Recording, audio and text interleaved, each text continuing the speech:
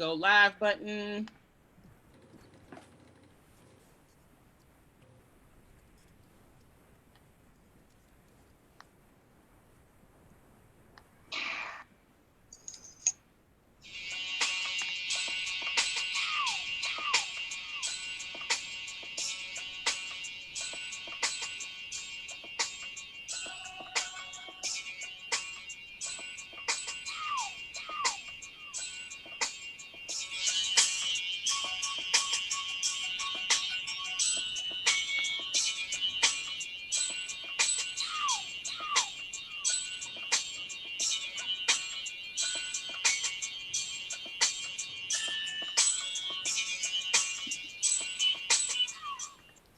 Hey y'all, what's up? This is your girl Dizzy, and we're back with another episode of What You Got to Say.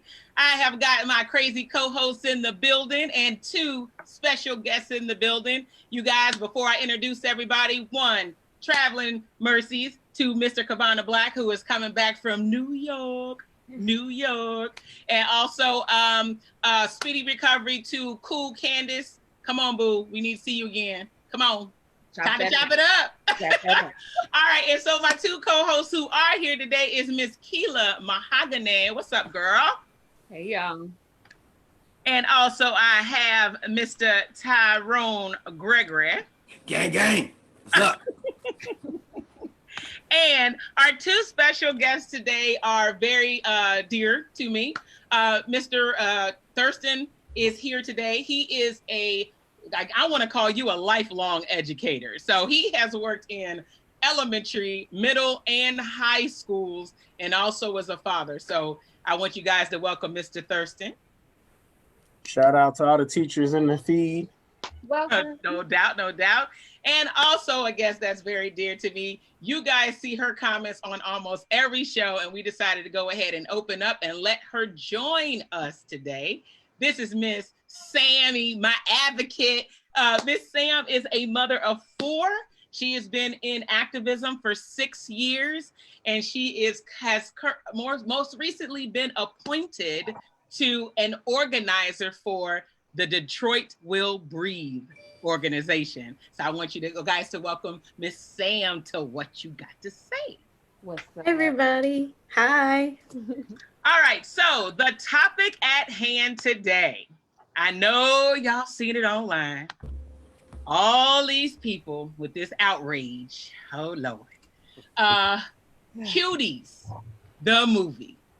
So basically, a couple weeks ago, Netflix started advertising this movie called Cuties, which actually originally is a French movie that actually won, I believe, a Sundance Film Festival award. Yes. But this show has made some people very, very angry. And so what I want to talk about is, let's talk about the show. Did you love it? Did you hate it? Is it accurate? And did it truly deserve all this backlash? So the first question I need to ask, of course, everyone in the group is, who saw it? Did we all see it? Okay, so we are all speaking from at least somewhat point of research, right, because we saw it. Which is the best way to comment on this. Say it again. I said which is the best way to comment on this. Exactly. The best way to comment is with a little bit of research. But if you haven't seen it, I highly suggest you do before providing input on the conversation. However, that doesn't happen in this world. People have a tendency to draw opinions off of other opinions. So anybody want to start? Let's talk about Cuties. Anybody who wants to start? Well, your first question was, did you like it or did you hate it? So okay. in just being honest, it wasn't that great of a film. It was decent. It was good. It wasn't bad. It wasn't like the best movie you're going to see by any stretch of the imagination. And it certainly wasn't the worst. I mean, of course, we all have our own opinions on films, but I mean, I wouldn't call it a cinematic masterpiece. It had some great moments. I really loved the ending.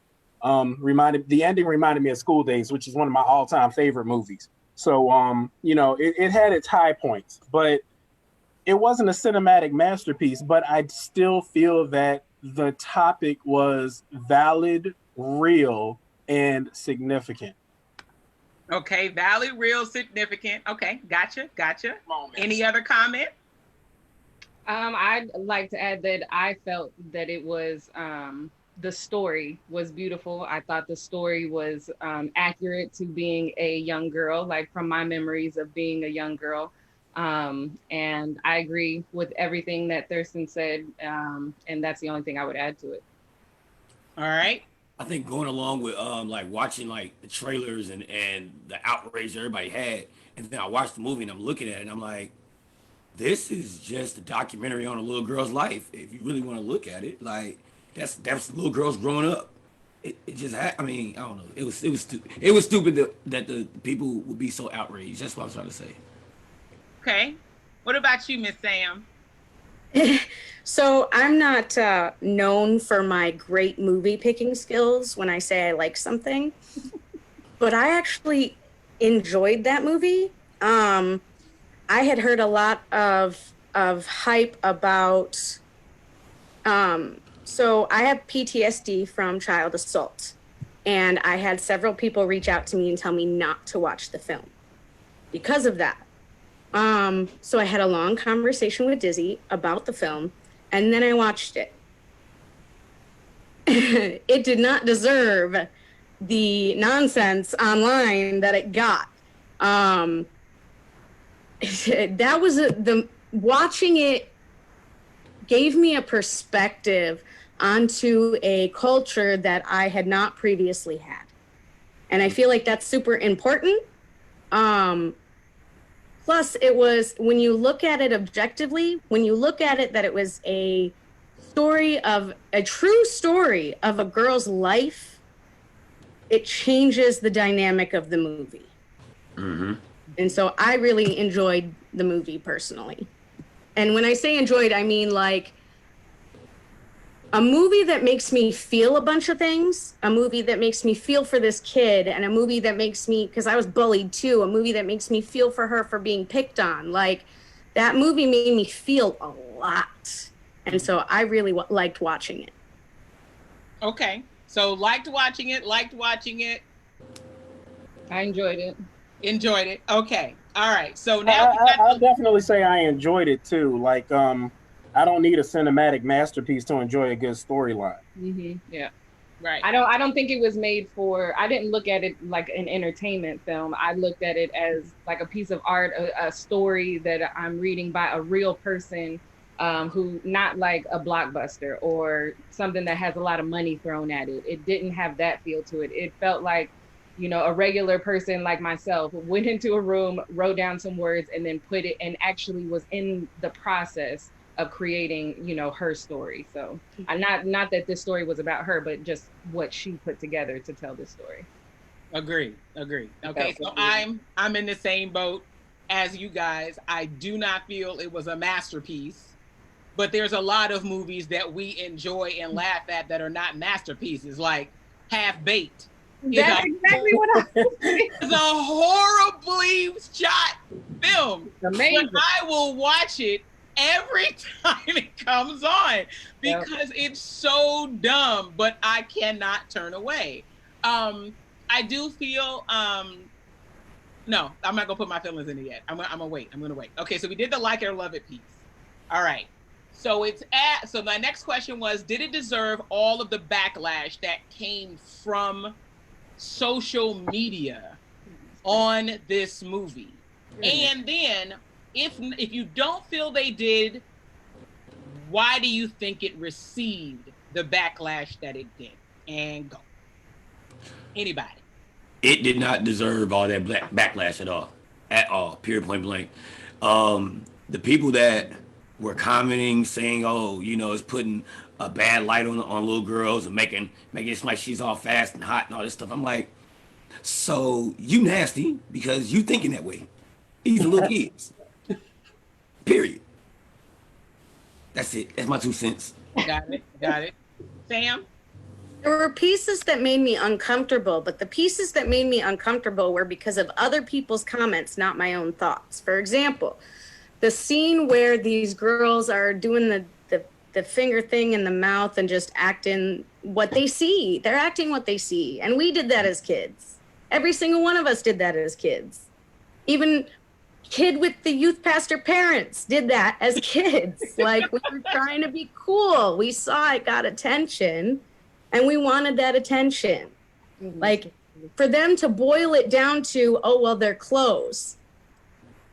Listen, clothes are only sexual if you sexualize them. Kids are only doing sexualized things if you sexualize the children. Don't do that, and the movie you watch will be a completely different experience. Yeah. Okay. Thurston?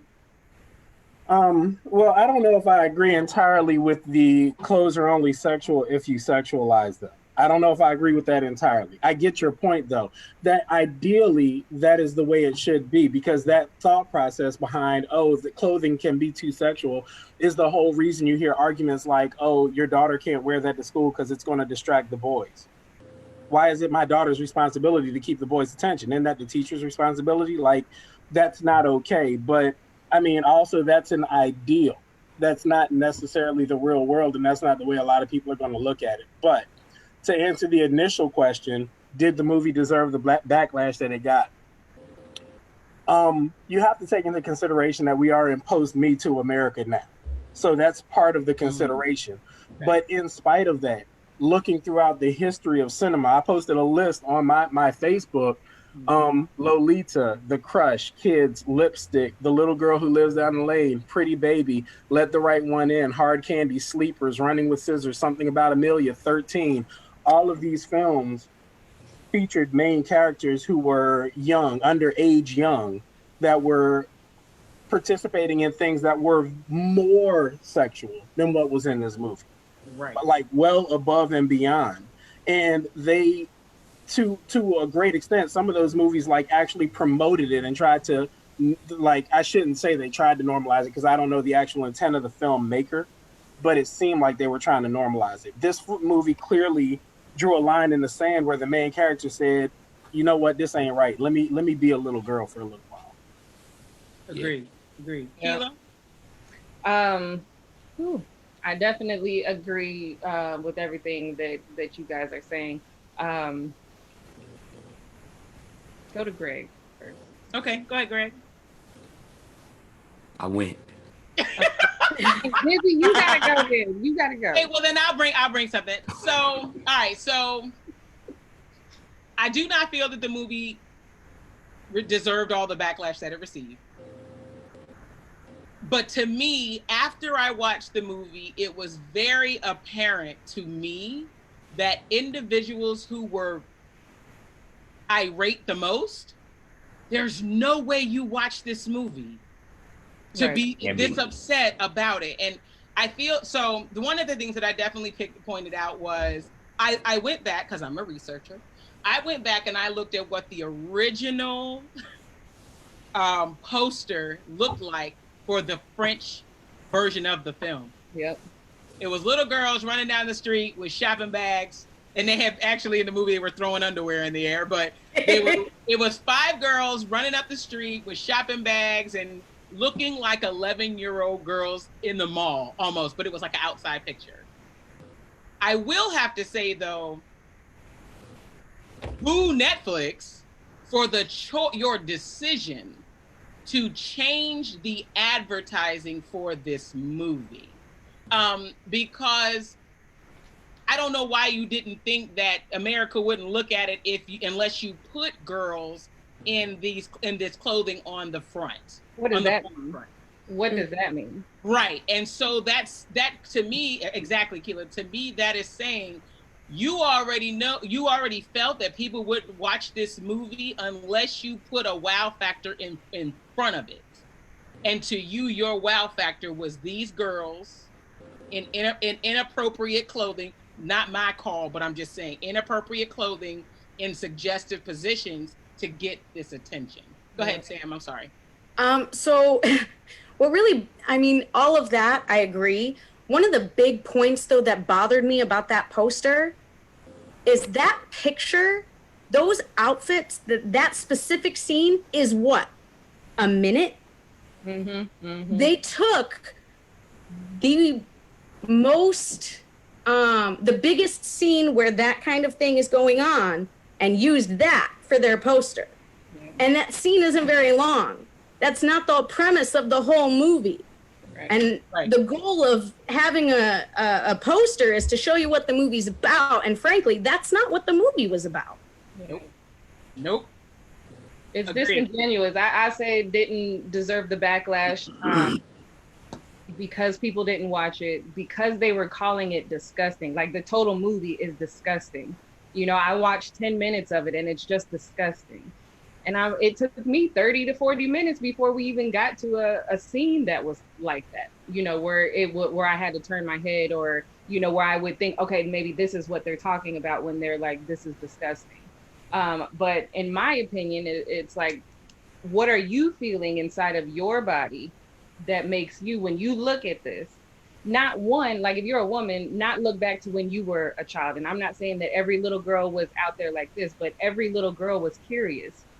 We are just curious about things. Mm-hmm. And so whatever the adult thing that is going on that you can't even go back to look and put yourself in your own shoes. And so I don't think it deserved the backlash. I thought that was the fact that so many people were criticizing it and putting it down. Putting it down without watching it. That's where I was like, okay, at least watch it and then say all of this stuff if that's how you feel. Right. You know? And honestly, because it was a Black woman and it was, she was the one who wrote it, I gave it a chance. And because I saw that there were a lot of white people who were putting this movie down, and I was like, okay, I'm going to have to give it a chance because this doesn't seem real to me. Like, it just seemed overblown. What else is going on in the world to where this is the thing that's getting so much attention? It was almost like it just flooded my timeline all of a sudden. And it was just, I was like, no, I have to see for myself because it seemed like a plot. Like, it really seemed like a plot. Do you feel that this movie got backlash because the director, writer, creator, etc. is a Black woman? Do you feel that is a part of why it was hated on? So honestly, I have two different feelings about it. Number one, I think there's a version where that could be what is going on because there's a lot of other stories that have been told from a white perspective that don't get this backlash. And so I think this is like, that's one side. But then there's the other side where I'm like, what's 45 doing right now? He just lied about the coronavirus. And so now this is like, who put Facebook ads out to push this narrative? That's my conspiracy theory. Okay. I knew one was gonna come up. I knew one was gonna come up. I did it. Exactly. You know, I found myself feeling for the little boy in the movie. The brother? Yeah, I felt bad for him. Like, I was watching it like, yo, this little boy getting neglected and y'all talking about they clothes. Y'all pay attention. A lot of other stories going on, a lot of other conversations that could be had. So I'm going to say, like, it definitely didn't deserve the negative press, but I'm not, I shouldn't say I'm not mad about it. It's a situation where I am actually mad about it. It's like, why are you going overboard for this? But I would never have seen it if not for the negative press. Right. When it first came up on Netflix, I saw the panel as I'm scrolling Netflix. I saw the little panel with these girls in this. I'm like, oh, what are they wearing? And I skipped right past it because in my mind, I'm like, oh, that must be one of them dance mom type series. I didn't even read the description. I'm like, oh, this looks like one of them dance moms, or I don't know, what was the southern white girl that was in the beauty pageant? Honey Boo Boo. Like I figured it was one of them types. I was like, I don't want to watch this mess, and I just kept scrolling, never even read the description. And all of a sudden, I'm seeing all these posts talking about, I can't believe Netflix put this child porn on TV. I'm like, what? I'm like, well, that's not legal. Like, it can't literally be that. Right. And the more he is so logical. I kept seeing it. Oh, this is gross. This is disgusting. This is this. This is that. So then I went on YouTube and I looked up. I just looked up. I just typed in Cuties on YouTube, and I see a Black woman's face, and it says, "Here's why I made the movie Cuties." I'm like, oh, it's a movie, not a series. Yeah. And it's made by a Black woman. Well, let me go watch it. Yeah. Right. That's exactly the process I went through. Right. Yeah. And so I sat and watched. Well, first of all, I went back and forth with a couple of individuals on Thurston's feed because Thurston had put, look, I was coming for your whole squad. I'm sorry, but yeah, so I'm gonna tag you. I'm gonna let you come in. But Thurston, tag me too. He had a very, very good broken down explanation of what he felt after he watched Cuties, right? So he had this dude jump in. I don't remember his name. I'm not gonna put him on blast on social media, but he was basically like, "Nah, this is people pushing pedophilia and trying to make it legal and blah blah blah." And I was like, no. And I was like, did he watch the movie? And then somebody else was like, yeah, y'all are making these cape comments. I don't know what that is. So I hit him up and I was like, yo, what's a cape comment? He has yet to respond. But I'm like, why do you feel that this is promoting pedophilia? Yeah. No, R. Kelly promoted pedophilia, not this movie. No. It didn't promote anything. It just said, hey, guess what? These girls doing developmentally appropriate things, wearing age inappropriate clothing with no parent supervision, repeated some stuff they saw on Instagram, YouTube, whatever. And then the one girl who has the strictest culture had the aha moment at the end. At the end of the day, that was the movie. Like, maybe I shouldn't be wearing this and dancing like this. My culture, you know, does not. She knew she was wrong at the end. Yeah. But guess what? This is stuff that us as girls go through. I remember my parent, and I think I told this story before. I've always been a thick chick, always been a thick girl. Middle school time frame, that's same as this girl. Middle school time frame was when I started seeing my little skinny mini friends wear their little shirts, little jean skirts, and their little tank top, and so on and so forth. And so I decided one day that I was gonna wear my little jean skirt that I had cut to school. And my mom was like, I know you're not gonna let her. And my dad said, let her go. Mm-hmm.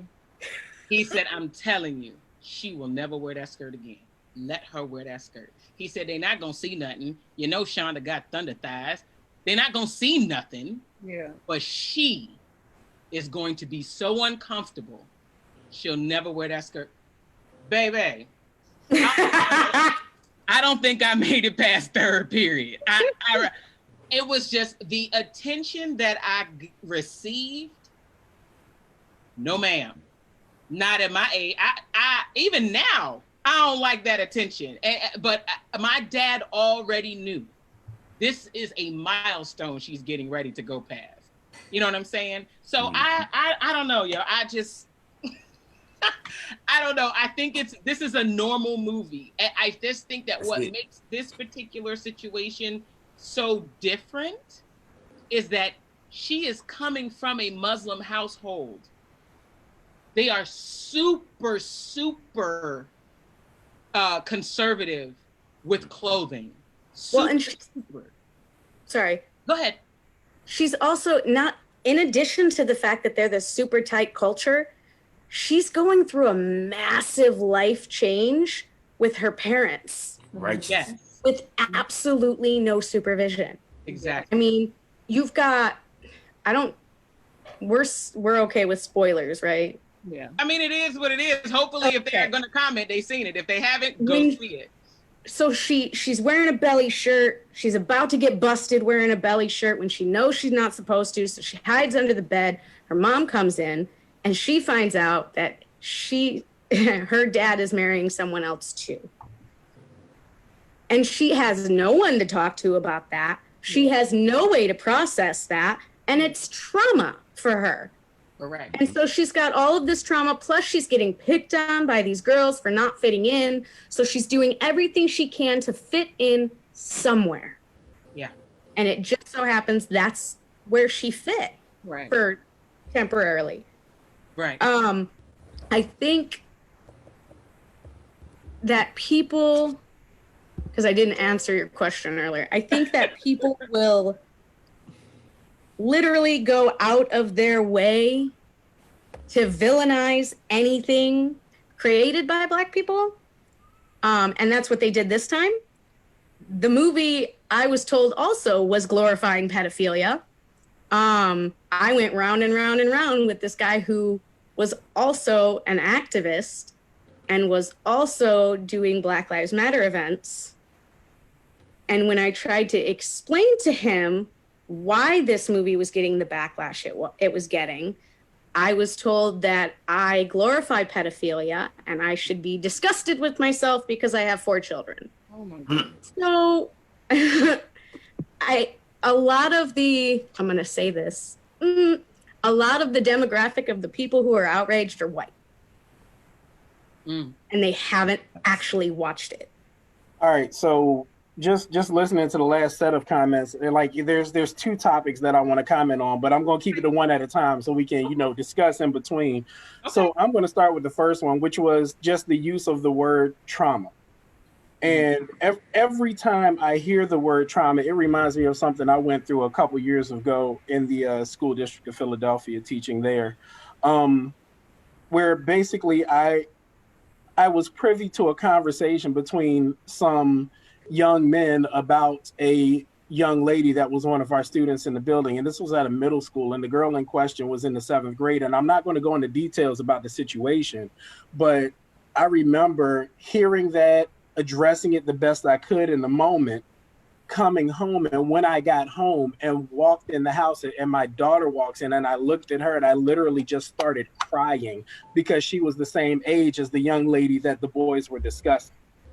And, she's like, Dad, what's wrong? And I was like, I can't even talk about it. And I don't go into the details of it because I really honestly believe in my heart of heart, the only other people that I've talked to about this situation are other teachers. Because I really believe in my heart of hearts that most people who aren't teachers would hear it and be like, oh, well, that's it. Well, that's no big deal. Just get over it. And they wouldn't understand the place that it put me in. So I don't really get into the details of it. But that's what's called vicarious trauma, when someone you're working with has experienced trauma and knowing about their trauma traumatizes you. Right. Vicarious trauma is very real for police officers. And I know that we're not real popular. Police officers aren't real popular in communities today, but my wrestling coach in high school was a police officer. My mentor in middle school was a police officer. My first real job was with a police department when I was a teenager. So, I have a positive view of cops in general.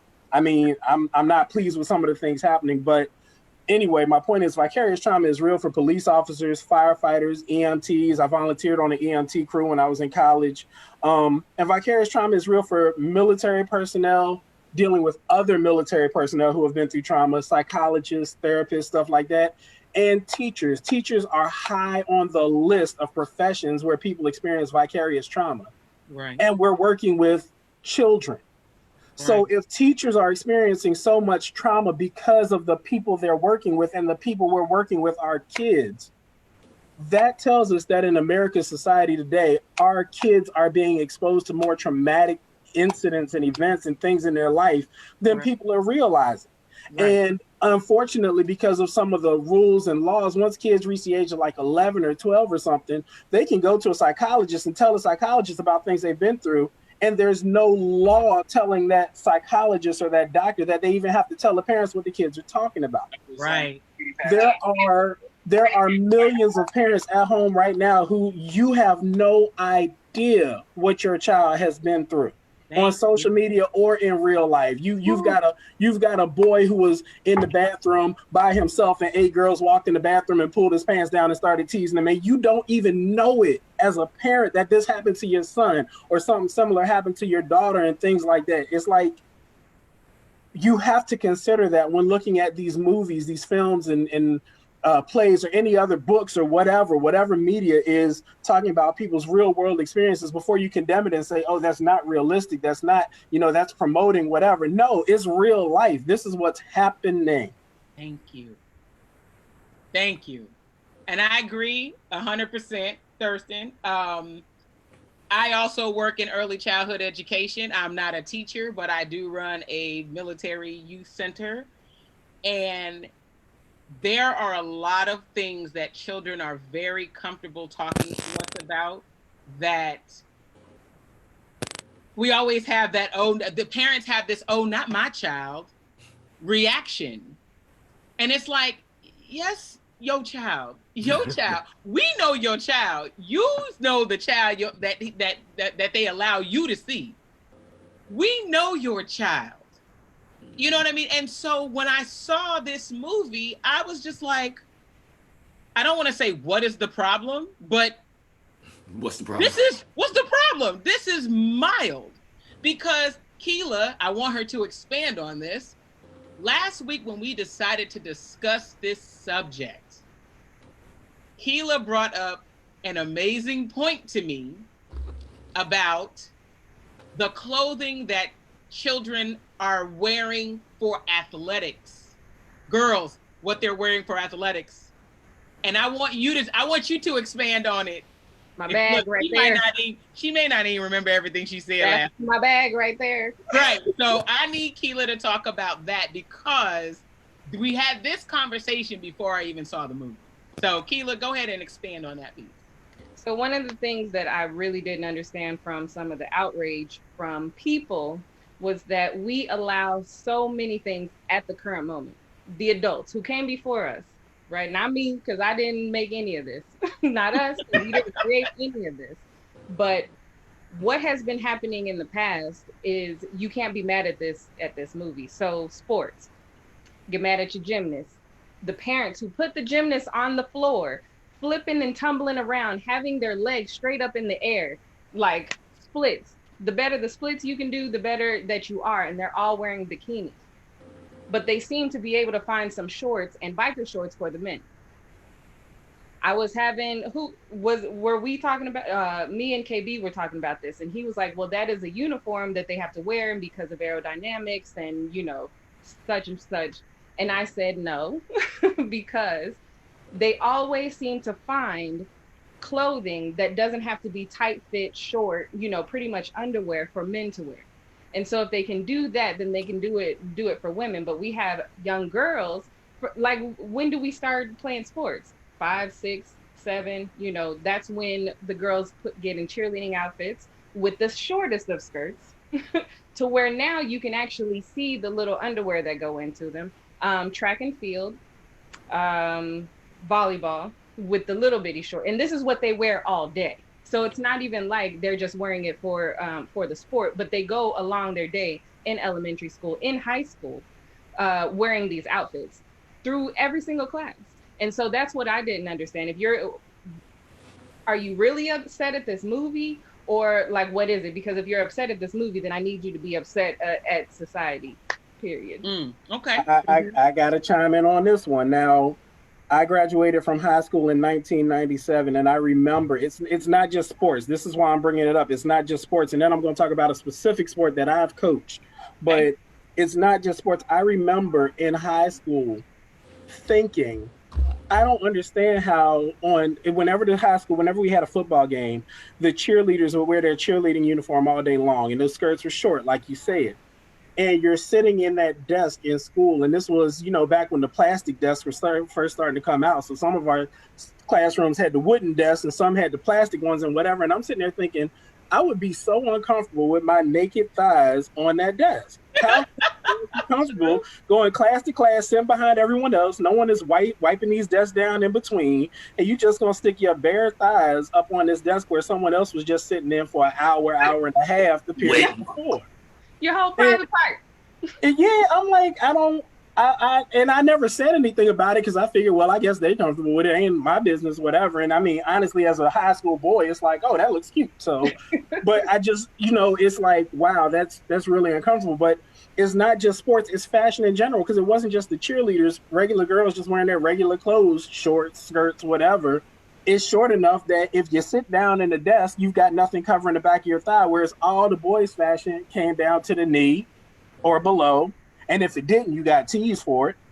So you never had to worry about that. And not just the desk, the buses and stuff, public buses, transportation, and all that stuff going back and forth. And I imagine there are a lot of women hearing this now like, well, yeah, that's just normal. That's just, you know, you wash your thighs when you get home. And the guy, I mean, I've never had to deal with that. It's just like, ew.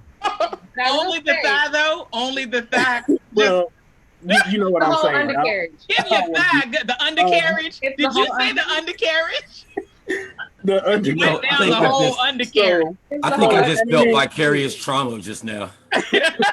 so to go into a sport that I specifically coached, and it's not just the sport, swimming. I got my lifeguard certification when I was in college.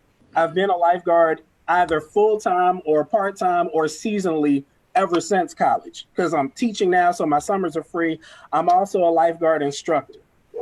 Some companies require female lifeguards on duty to wear one piece. Some don't care. You just have to have a bathing suit on. But what I'm talking about specifically is in the course of my career in aquatics, I taught a lot of swim lessons. Mm-hmm. And that was to adults and children and young children. I taught swim lessons to kids as young as 6 months old. That's where I got started. And it used to kill me with the preschool age group. Parents showing up with their little girls in bathing suits that it was as if the fashion designers thought, well, I'm just going to take this woman's bathing suit and just make it smaller for a smaller body. Mm-hmm. Little girls are not shaped like women. Little girls are not just, their bodies are not just smaller women's bodies. Right. They're not shaped the same. So a bikini that would stay in place on a woman's body because of where her curves naturally fall will hold that bikini in place. A little girl is not shaped like that. She doesn't have the hips. She doesn't have the breast to hold that material where it belongs. So here I am teaching swim lessons, and every time the little girl gets in the pool, everything falls out of place and everything is showing. Poor baby. And it's like, and I'm telling the parents like, hey, look, you might want to, get a different bathing suit. Her body is showing in this one. And I'm explaining in very detailed terms to the parents, this is what is happening when your child gets in the water. And then they show up the following week and the week after that and the week after that. And it's like, I know you had a payday in between, but you still got this suit on because I guess you figure I spent so much money on this Gucci bathing suit. Yeah. She's gonna wear it. Your little girl is not shaped like a grown woman. Right. Stop putting her in clothes like that. But you got to blame the parents for spending the money on it. But also you got to look at the fashion designers. Why do y'all keep designing this stuff like this? Right. It's like you're trying to make girls think they're supposed to be grown, which will lead me into my next topic when I come back. Okay, Sam, I got you. I see Sam. Sam got stuff to say. Look, Sam is bubbling. She's like, I want to say something. Listen, I don't know how to hide my face at all. What'd you say, cool. Look, that's cool. I just wanted to make a one point to what Thurston was saying about the sports versus young girls just wearing the outfits. Yes, but some of those girls sneak out the house with those outfits. I'm talking about the people who intentionally put their children in these outfits. Right. That's why I'm glad I played basketball, because my shorts were down to my knees where the boys were. I wasn't rolling them up halfway. I wasn't rolling them up trying to get them shorter and shorter and shorter. I was keeping them down at my knees. My daughter learned how to swim with a one piece and basketball shorts. Exactly. Come on, Sam. Go ahead. Look, Sam, ready. Come on, Sam. What you got, Sam? So a couple of things. In 8th grade, I went to a charter school. This charter school had uniforms. Okay. The only people who were held to the standards of the uniforms were the people that the teachers recognized were not in the popular group. There was a girl who wore, it was supposed to be a blue polo, and she wore a blue polo that was one size too small. And it rolled up a little bit. Our shirts were supposed to be tucked in. Nobody ever said anything to this girl. So I was on the cheerleading team for a very short period of time because the coach was not nice to me. But while I was in cheerleading, our uniforms were like this tank top thing.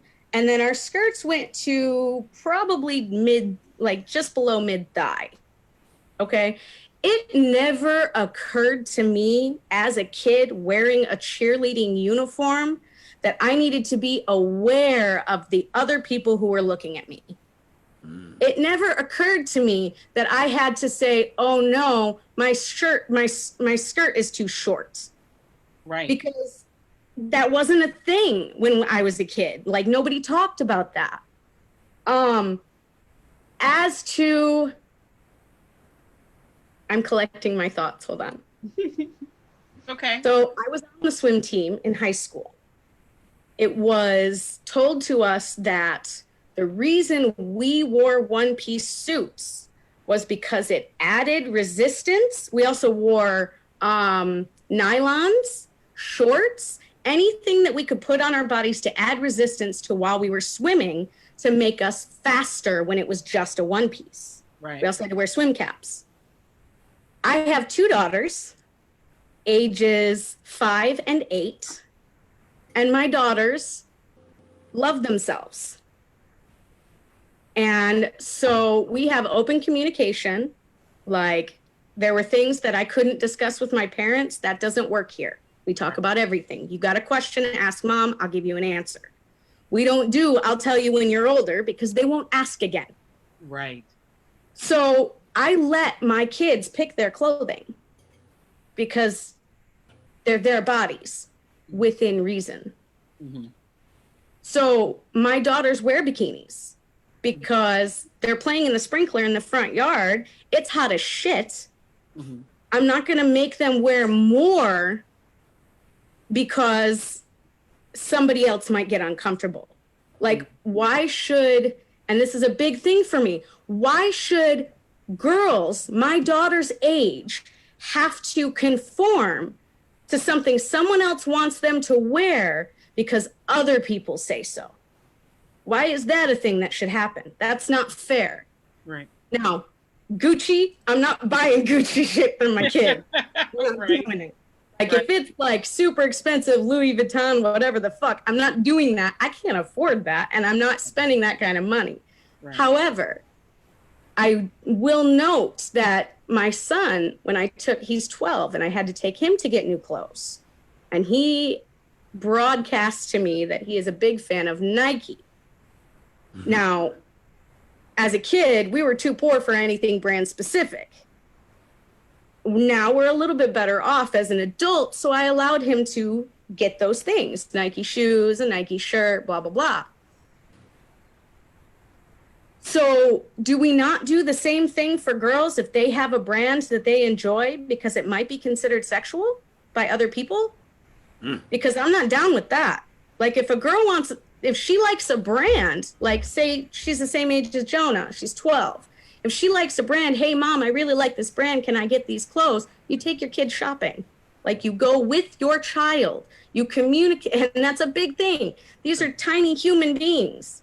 These are not kids that we need to talk to in such a way. We don't need to speak to them like they are lesser than us because they are kids. If you communicate with your child like they are a small person who needs to learn how to be a person from you.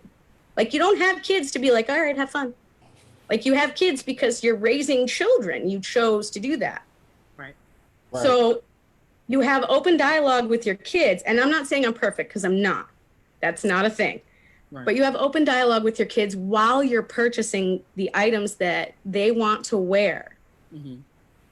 If my daughter finds a belly shirt that she likes, okay? And now mind you, I didn't have this as a kid. I'm 30 years old and I'm a big girl, and I am, for the first time in my life, allowing myself to love myself enough to wear a belly shirt, to wear a halter top.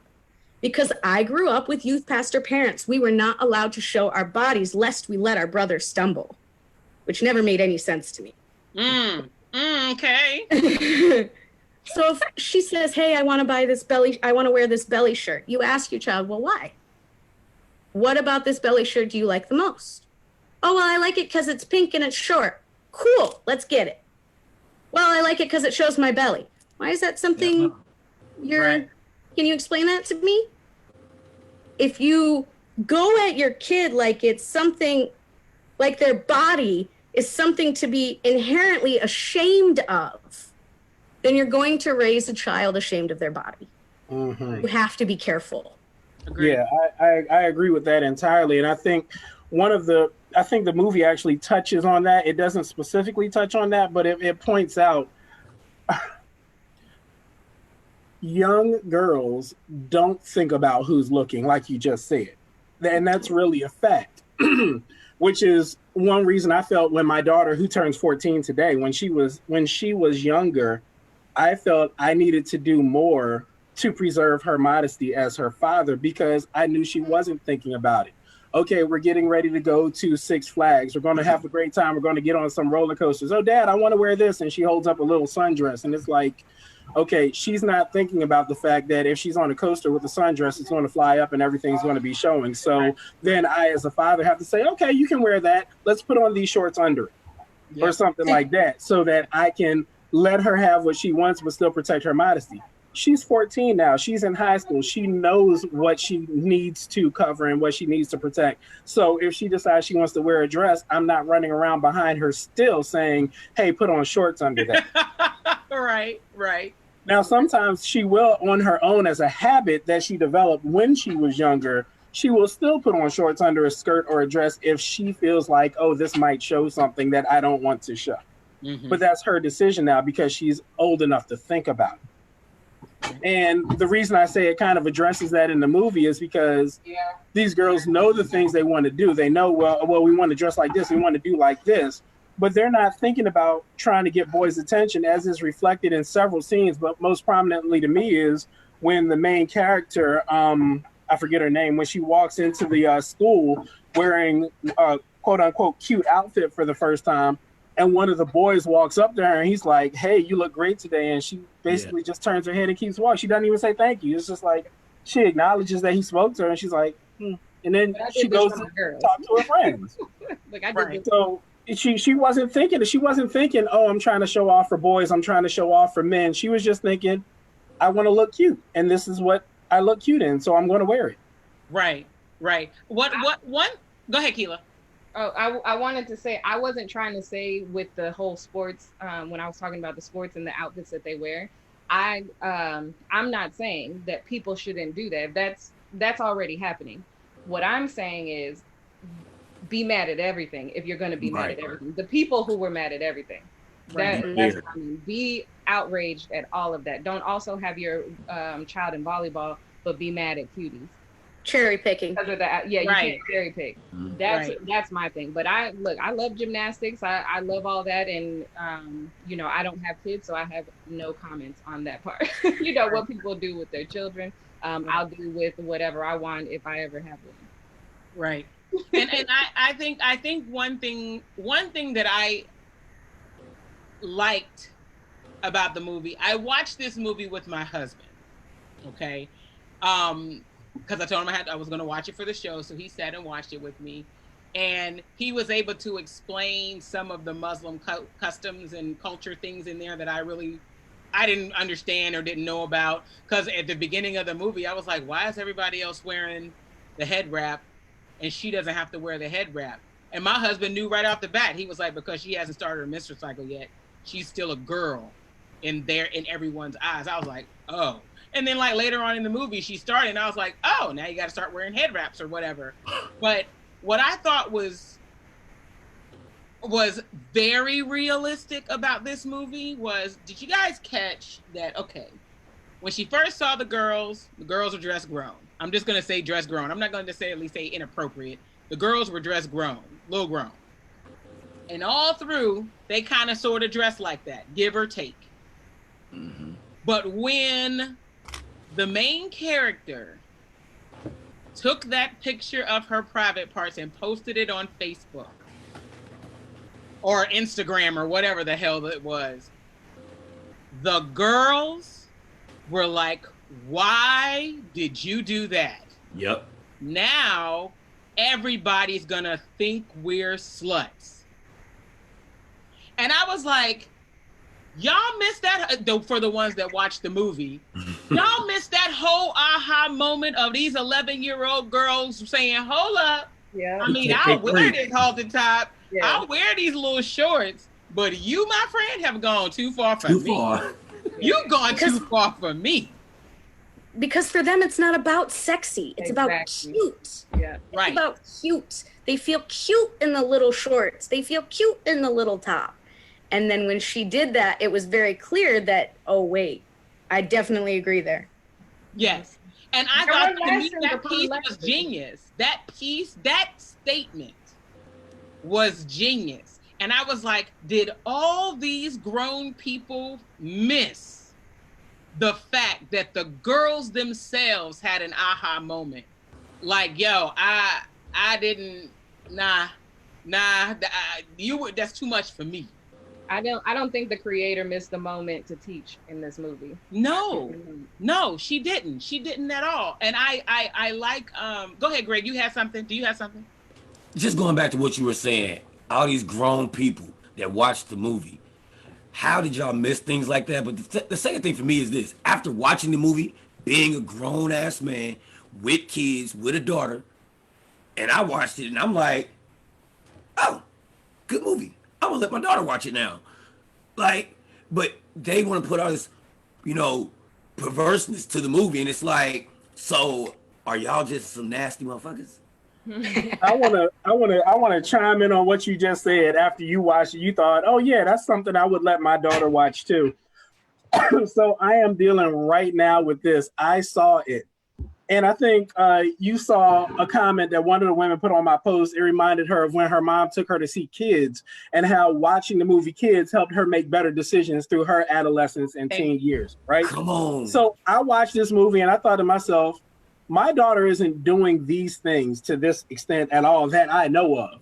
Right. But I'd like for her to see this because it might help her with her decision-making process. So right now it's me and my daughter's stepmother in Pennsylvania, my daughter's biological mother and stepfather in Arizona.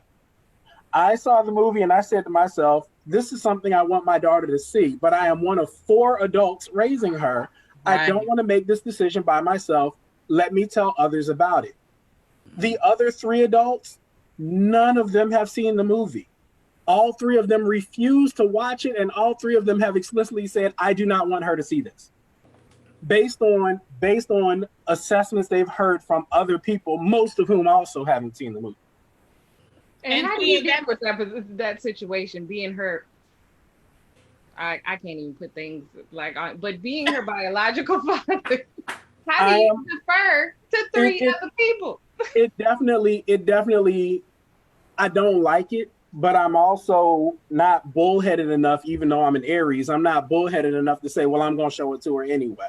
Yeah. I respected them enough to have the conversation and ask them what they thought about it, and I'm going to respect their point of view for now. She turns 14 today.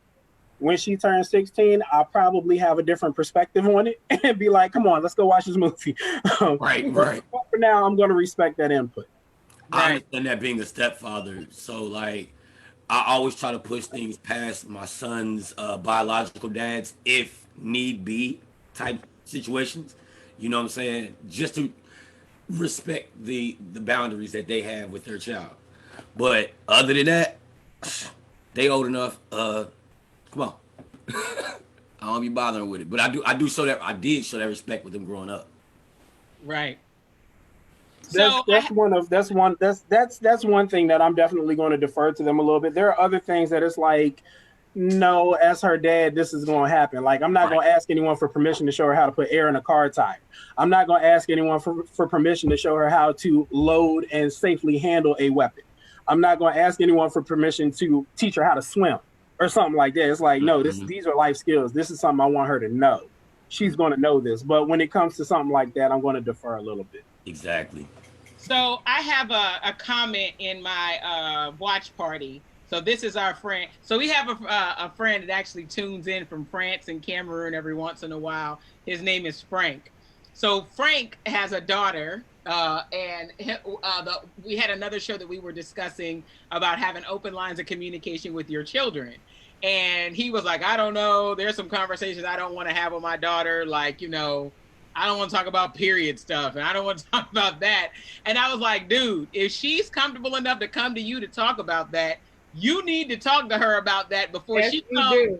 I love everybody's head still like it's at the same time. Because if you don't answer, she's going to go get the wrong answer from somebody else. And they won't ask again. Right. You should be proud that she asked you, as uncomfortable as it may be. Just be proud she asked you. So what he is confirming for me is that they can't find it. So I'm probably going to say I'm wrong. My French is horrible, but I think it's Mignons. I don't know what that means. That's the name of the movie in French. Yeah. So it's not available anymore on Netflix in France. And he was like, he was trying to find it. He's been watching our show today and he's trying to find it so he can watch it. And he was like, I can't find Missionoms or Cuties. He was like, it might not be available. They're probably afraid of people's reactions. So they may not let us even have a discussion about it. And he said, there is something I don't understand though, about this will for teenage girls to look sexy. There is a movement, it seems, for teenage girls in high school to wear crop tops or whatever. I don't know if I should support this movement.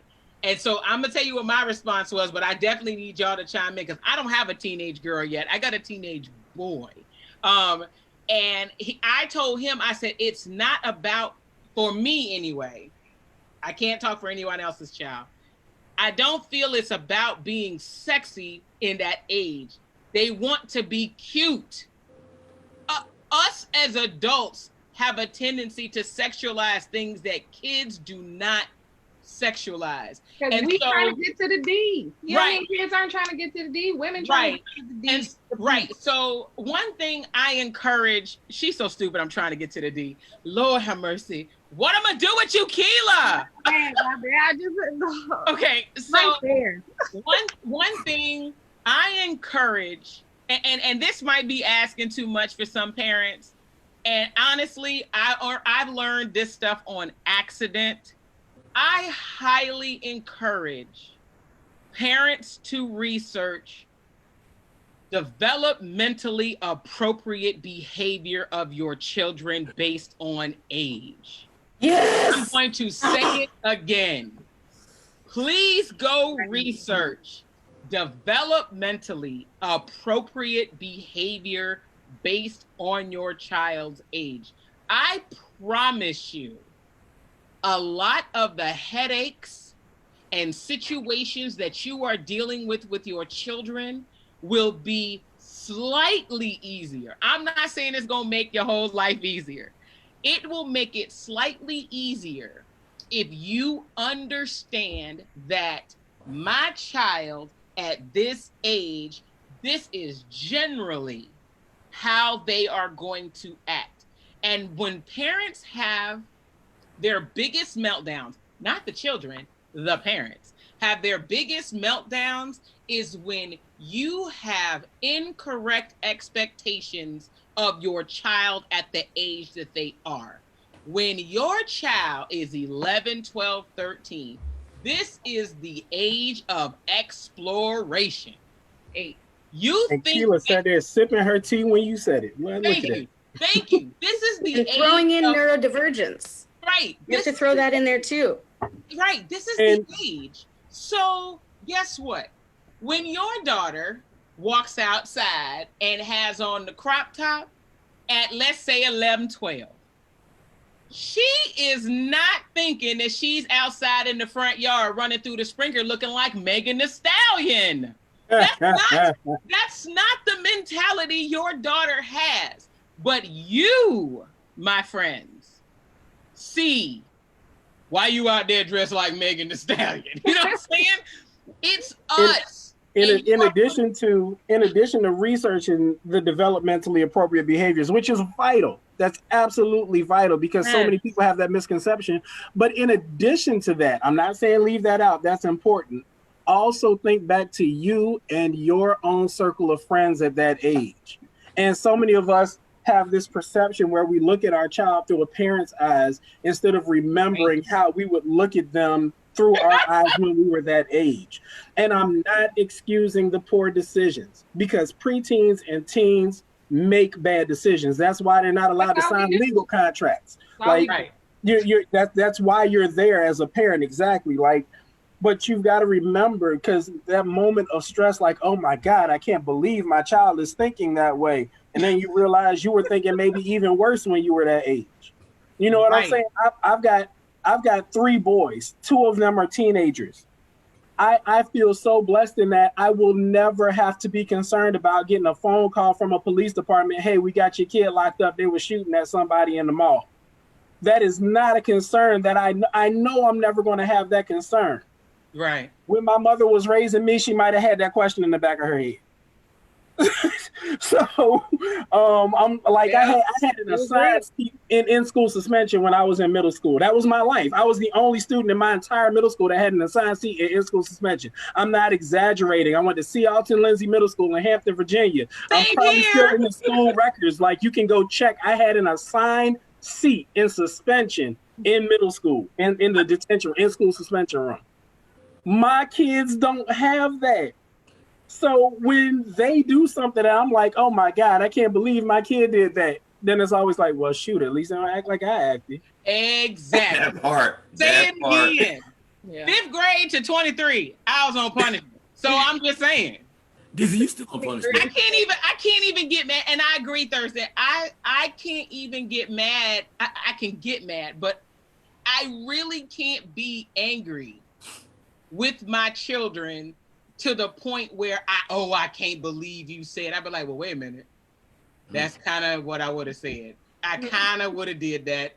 Now, I can sit here and tell you, hey, this is not the appropriate way to react. What you should probably do is blah. And you also have to remember, I think at one point in time, they said it was 25 that you couldn't judge, what is it? Consequences. You couldn't judge accurate consequences until like age 25 when the cerebral cortex developed, blah, blah, blah, blah. Now it's like 35 years old for some men. So yes, you still gonna drag race on Mercury Boulevard in your car at 22 because, or 30 even, because it's still not developed. You see, it's still not developed. You know what I mean? So again, I feel, and honestly, y'all, look, everybody listen, I know it feels like we've gone on a tangent, but we really haven't.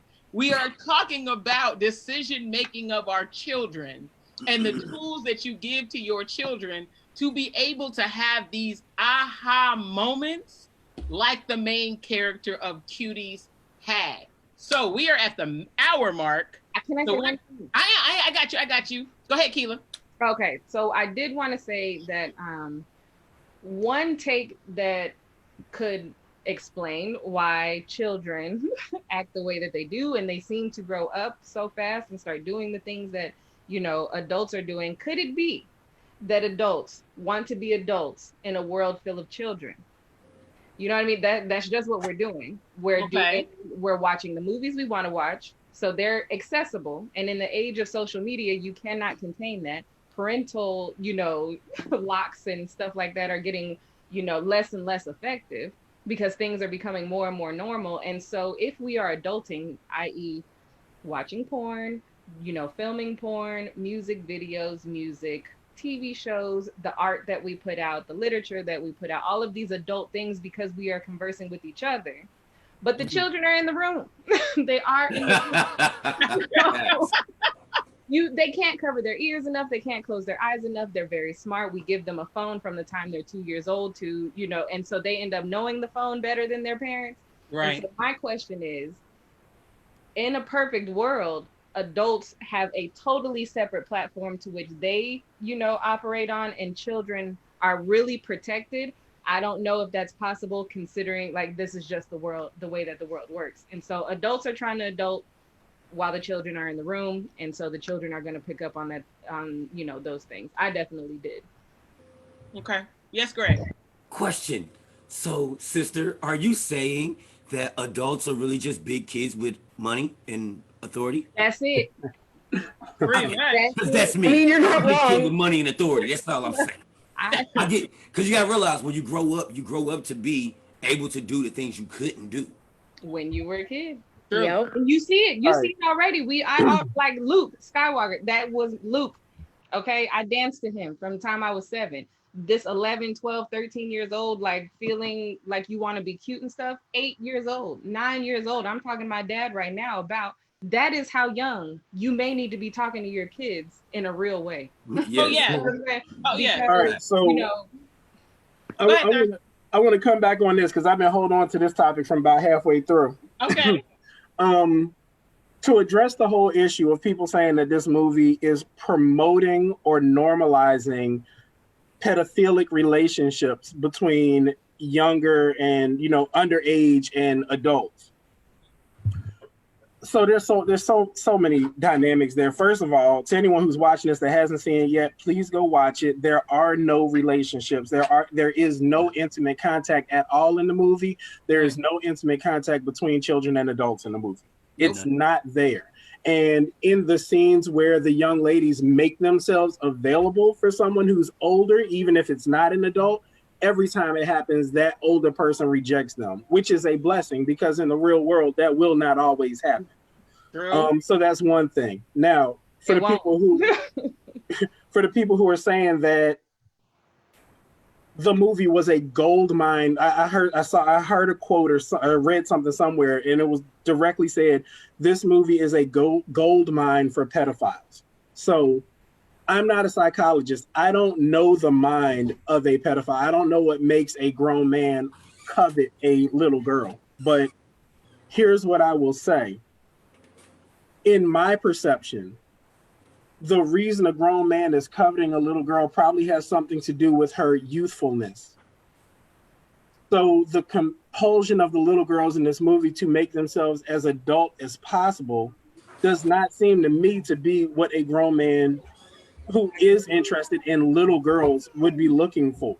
If a grown man is looking for little girls, he's probably looking for a little girl that's dressed like a little girl with pigtails and ballies and barrettes and the little frills around the socks and that kind of stuff. I don't know. I don't know the psychology behind it. But what I do know is when I was in middle school, I had crushes on my teachers, my female teachers.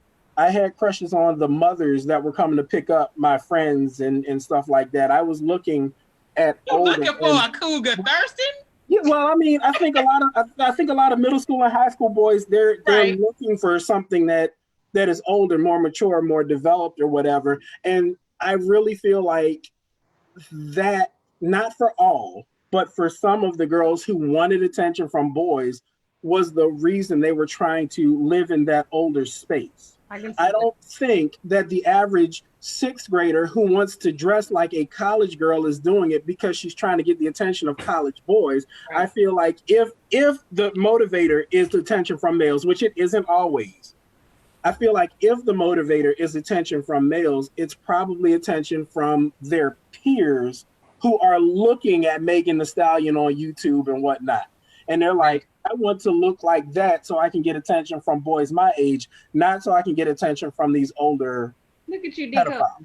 Look at you decoding. I love it. But pedophile's gonna pedophile. That's what we all need to know. Regardless of what you're wearing. Regardless. It doesn't matter.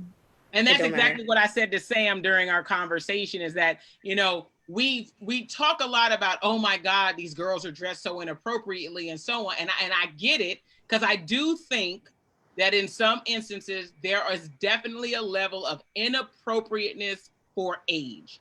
I agree with that. However, you're not going to tell me that a pedophile cares about what a child has on. You're not going to tell me that a rapist gave a damn about what the woman that he raped had on. That is, and for anyone who tells you different, is a damn lie. Rape is gonna rape, regardless if you are tall, short, thick, thin, black, white, whatever you got on. If they want to rape and it's you can have on a bathrobe or a bikini. It doesn't matter. They're coming for you. And the same thing with a pedophile. That's why you stay strapped when you get them when they try to get you. Don't have a type. But anyway, I'm off topic. I was about to say that's why you stay strapped, but I'm off topic. But exactly. But I want to shout out to my boy. You don't just have to stay strapped. What that little Facebook meme say? Eat the cake. They can't pull me in the van. You got to be a big dude to pull me in the van. Eat the cake and the van. Eat the cake. I want to shout out my boy Marcus Smith. I think you know Marcus. Yep. He's commenting on the watch party, and he said that adults understand why these things were designed. Girls just understand that it's cool. Okay. Like you, exactly. like I was saying, you want to be cute. You know what I mean? We trying to be fly out here. Right, but they're cute doesn't mean they're trying to get your attention. Not knowing what fly means. Right. All right, so we're gonna do a roundabout. All right, because Thurston got to go do his happy birthday thing with his daughter. So we're going to release him and let him go be with his daughter. So final thoughts about Cuties or whatever it is you want to throw into this pot. I will start with Sam. I knew you were going to do that.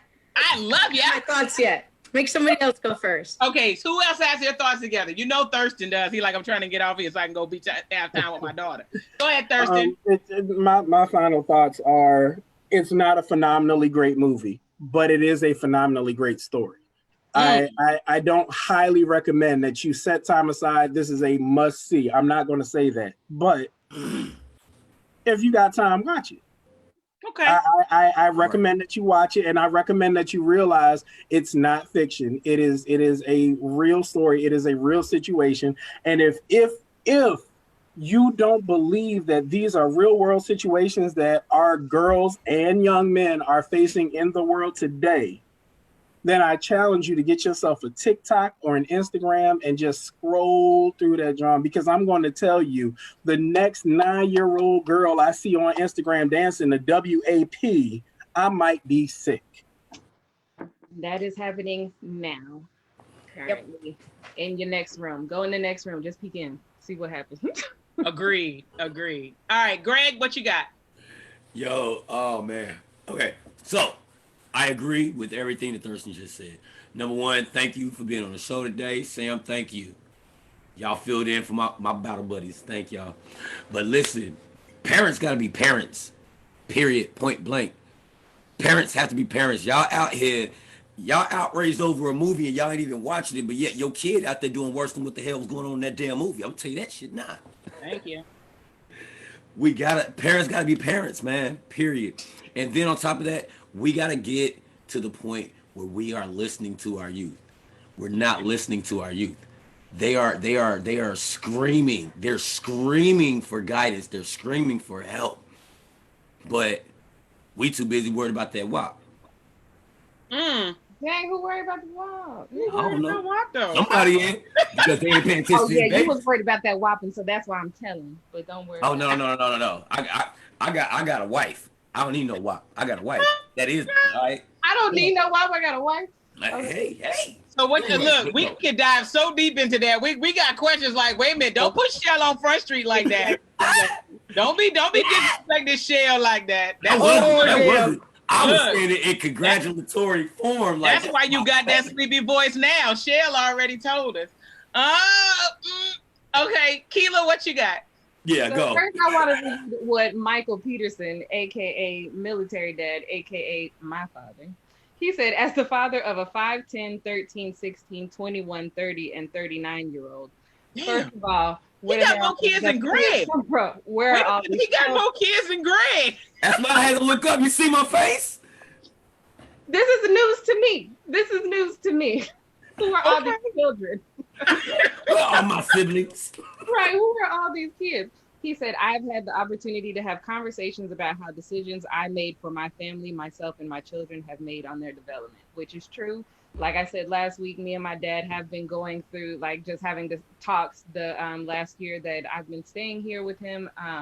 And they've opened up a lot where I am talking about the things that were going on when I was 8, 9, 10, 11 years old that stuck with me until today. When you think, oh, they'll grow up, or I taught them well enough, and so this shouldn't have bothered them, and it doesn't bother me, so it shouldn't bother them, when I'm a totally different person. But one thing I want to say is Cuties was a really great story. I think if you have the opportunity and you have children, just to have more understanding of, one, how social media is impacting, society at the moment, at the child level. The fact that we are living in a time where both parents have to be outside of the home because it just costs that much to live. You know what I'm saying? So both parents are going to be very busy as well as being parents. And so there's a lot of free time that children have. So have these conversations, download from their day, be a safe space for your kids, and don't wait, you know what I mean, to really listen to them and talk to them until they're older, like Samantha was saying. And yeah, just be better people, than maybe what you were afforded and what you were allowed to be. Let your children grow up in a more open space. Be better human. Sam? So I find that, and the metric that I am raising my children in right now is the metric of what did I need? What did I want from my parents that I did not get? And a lot of that is freedom. Like I had, we're talking about the kid who all my friends were Gothic. I made handmade Gothic gloves. I got busted. I got grounded for a month and I had to wear dresses every single day to school. So like, when I say misogyny and just like, I wasn't allowed to cry, like it was a lot, right? Now the relationship that I have with my parents is completely different. The relationship that I have with them now is, hey, do you remember when you did this shitty thing? No, I don't remember that. Cool, let's talk about it. So, for example, my brother and I, we communicate frequently because he and I are 10 months apart. We can't open cereal boxes. So you've got the cereal box and you've got the cardboard part, and you open the cardboard part and inside there's a bag. You open that bag like that and it creates that little circle. 9 times out of 10, we'd open that little bag and we were so nervous about doing it right, it would split down the side and we would get in serious trouble. So my point is, movies like this show me the opposite end of the spectrum. They show me what could have happened and what did happen to my parents, which is why they were as strict as they were, if there wasn't anyone for these kids to talk to. You have to, and I'm not a super patient person usually, though I'm noticing that skyrocket lately, but you have to let your kids talk to you, and you have to let them talk to you. There's this big thing right now that really just gets me so angry is when you say something to your kid and they respond and people are like, don't talk back. You asked a question. Like, you're literally talking to them. Them responding to you is not talking back. Children don't owe you respect just because you're older than them. You have to treat your kids with the respect that you want in return. They are tiny humans. And the movie, for me, in addition to that, painted a picture of a culture that I was not knowledgeable about. And so because after I saw that, I was like, wait, that second wife, that's a thing. So I looked it up. And I was able to read on a culture that I am not a part of. And I can educate my children on cultures that they are not a part of. And that is so super important. So I really encourage everybody to watch this movie, especially if you have kids. We had a whole show about that. Yeah, we did. We had a whole show about polygamy. It was great. So what I will say is, as a whole, I encourage us as humans, educate yourselves before having an opinion on something. Having an opinion with no education or no facts is very dangerous. Kind of like racism. You have no opinion. You have no facts. You don't have black friends. You don't have black coworkers. You don't have black nothing. But you hate us. Hate us based on the color of our skin. You hate the movie Cuties because of Netflix poster.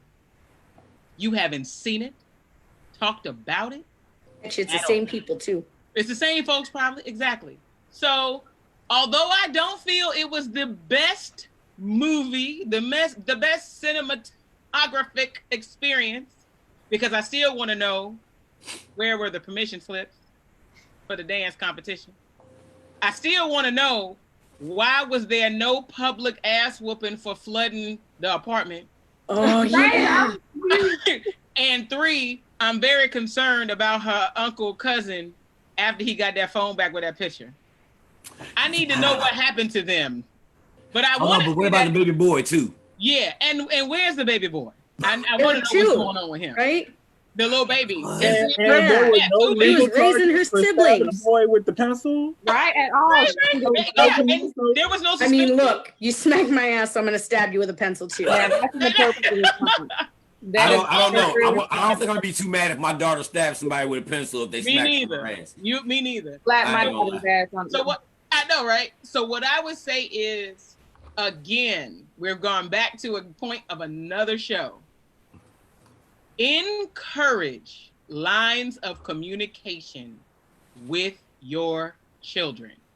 This movie definitely sparked an entire conversation between me and my husband. Like, yo, so what the hell are you about to do with my daughter? You know, that was one. And the other one was, we need to have a conversation with our son about some of this stuff.